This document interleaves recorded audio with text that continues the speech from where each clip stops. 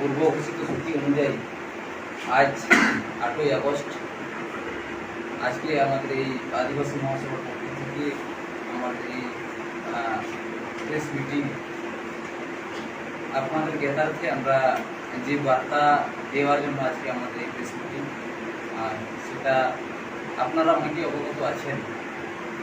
আমাদের দীর্ঘদিনের আন্দোলন বনের অধিকার, প্রকৃতি বাঁচাও এবং প্রকৃতি রক্ষার্থে যে আমাদের আন্দোলন বিভিন্ন জঙ্গলমহলে হয়ে এসেছে হয়ে আসছে, তার মধ্যে অন্যতম আমাদের পুরুলিয়া জেলার অযোধ্যা পাহাড়, ওখানে যে ফুলগাঁও প্রকল্প চলছে তার বিরোধিতা এবং প্রকৃতি ধ্বংস করে আদিবাসী বিচ্ছেদ করে ওই ফুলগাঁও প্রকল্প বাতিলের দাবিতে আমাদের এই আন্দোলন দীর্ঘদিন ধরে চলে আসছে এবং এই আন্দোলন যাতে আমাদের যে দাবি সরকার সে দাবির মান্যতা দিয়ে আমাদের আদিবাসী এবং প্রকৃতি ধ্বংস করে কোনো রকম প্রজেক্ট বা প্রকল্প না করে, তার জন্য আমাদের এই আদিবাসী দিবসের প্রাক্কালে আগামী কাল 9 আগস্ট বিশ্ব আদিবাসী দিবসের প্রাক্কালে এই বার্তা।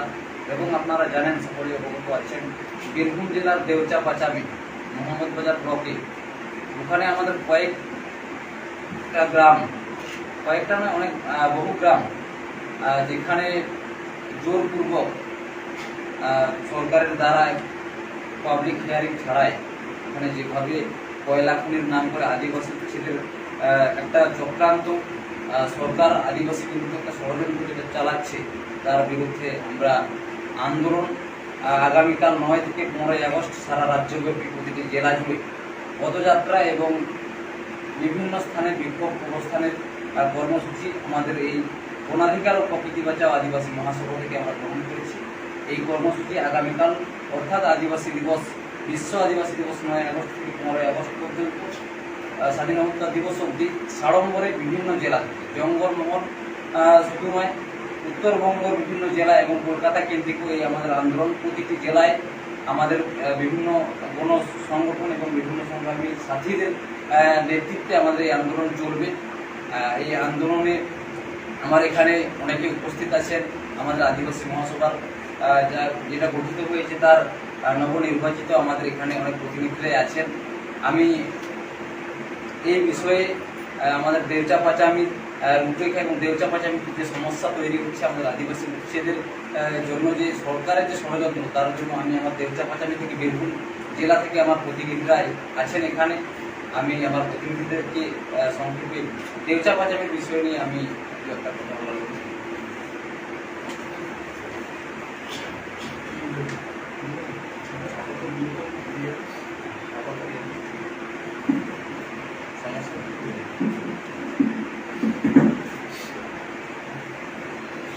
সমাজী বন্ধুগণ,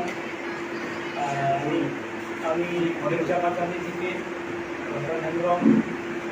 আমাদের দেউচা পাচামি যে রাজ্য সরকার যে প্রকল্প ঘোষণা করেছেন, যখন ঘোষণা করেছিলাম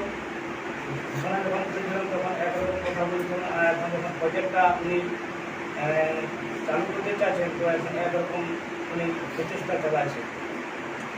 বেশিরভাগ ওইখানে পুলিশ প্রশাসন, তারপরে ওনারা সকলে আমাদেরকে যাতে রাজনীতি চক্রান্ত করে যাতে আমরা ওইখানে সংগঠিত না হয়, তারপরে আমরা যাতে আন্দোলন না করতে পারি সেই প্রচেষ্টা ওনারা চালাচ্ছেন। পুলিশ প্রশাসন আমাদের কিছু আদিবাসী ভাই বোনদেরকে কিছু আমাদের আদিবাসী ভাই বোন তো এমনিতে খুব নিরহ মানুষ, কিছু লক দেখিয়ে তো এরকমভাবে ওনাদেরকে ইয়ে করছেন আর কি, এক এক করে ওনারা টানছেন। যেমন কোনো কিছু লক দেখিয়ে বা এদিক ওদিক করে কিছু টাকা পয়সা দেখিয়ে ওনাদেরকে আবার যাতে আমাদের যে আইনগতভাবে আইনগত না করিয়ে মানে অন্য আইনভাবে করতে চাইছেন আর কি। আর আমরা তো দেউচা পাচামিতে আপনারা যদি আসেন, আপনারা প্রতিটা গ্রামে ঘুরবেন, প্রতিটা গ্রামের মানুষ আমাদের ওইখানে কয়লা খনি চাই না। অন্তত আমরা ওইখানে যে দীর্ঘদিন থেকে যে বসবাস আছি বা আমাদের পূর্বপুরুষ থেকে যা আমাদের ঐতিহ্য আছে, আমরা বারবার বলে আসছি যে আমাদেরকে এইসব ছাড়া যাবে না, আমরা এখানে উচ্ছেদ করতে চাই না, আমরা ব্যবসা পাচারি প্রকল্পটা চাই না। তবু সরকার জোর করে আমাদেরকে উচ্ছেদ করার চেষ্টা করছে, এ বলে আমি আমার বক্তব্য শেষ করছি।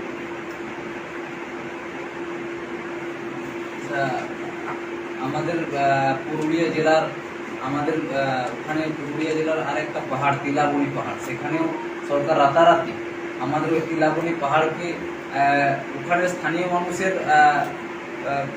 অগোচরে সরকার সেটাকে কোম্পানির কাছে এবং শিল্পপতিদের কাছে বিক্রি করে দিয়েছে অবলীলায়। এবং আমার তিলাবনির প্রতিনিধিরা দাদা আছেন আমাদের এখানে, তো আমি তিলাবনির যে আমাদের সমস্যা, তিলাবনি পাহাড়কে নিয়ে, সেই পাহাড় যে সরকার বিক্রি করে দিতে চাইছে, সেই তিলাবনি পাহাড়ের সমস্যা নিয়ে আমি আমার সংগ্রামী সাথী আছেন পুরুলিয়া জেলা থেকে, ওনাকে আমি অনুরোধ করি। আজকের এই সম্মেলনে উপস্থিত সকলকে জোহার বিনয় জানাই। আমি পুরুলিয়া জেলার না ব্লকে তিলাবনি পাহাড় বাঁচাও কমিটির তরফ থেকে এসেছি। আমি তিলাবনি পাহাড় বাঁচাও কমিটির সম্পাদক বিশ্বনাথ মাহাতো।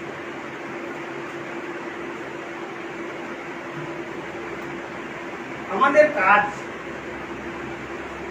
আমরা সকলে জানি, প্রকৃতির ভারসাম্য বজায় না থাকলে পৃথিবীর জীবকুল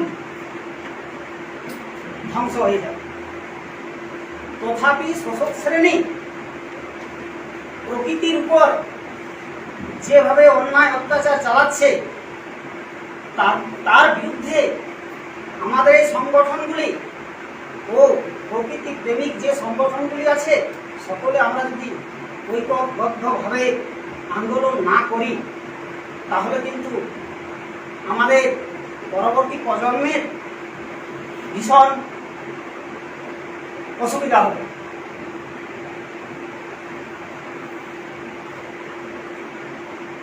আমাদের তিলাবনি পাহাড়, এই পাহাড়ের সংলগ্ন 4টি গ্রাম রয়েছে: তিলাবনি, মাধবপুর, পলাশিবনা, বেদাবনা। আমরা এই 4টি গ্রামের মানুষ একত্রিত হয়ে পাহাড় রক্ষার কাজে নেমে পড়েছি। কারণ এই পাহাড় সংলগ্ন এলাকায় আদিবাসী তথা গরিব শ্রেণীর মানুষের বসবাস। তাদের প্রধান জীবিকা এই পাহাড়। কারণ পাহাড়ের আকর্ষণে বৃষ্টি হয়, পাহাড় থেকে কেউ শুকনো কাঠ বিক্রি করে, কেউ কেন্দ্র পাতা বিক্রি করে, কেউ মধু বিক্রি করে, কেউ ভেষজ উদ্ভিদ বিক্রি করে, কেউ পশুপালন করে। এইভাবে তাদের জীবিকা নির্বাহ হয়। এছাড়াও পাহাড়কে আমরা দেবতার মতো পূজা করি। প্রতি বছরে 2 বার সেখানে পুজো হয়। পাহাড়ের মধ্যে আমাদের আছে গরম ঠাকুর, জাহেরি ঠাকুর।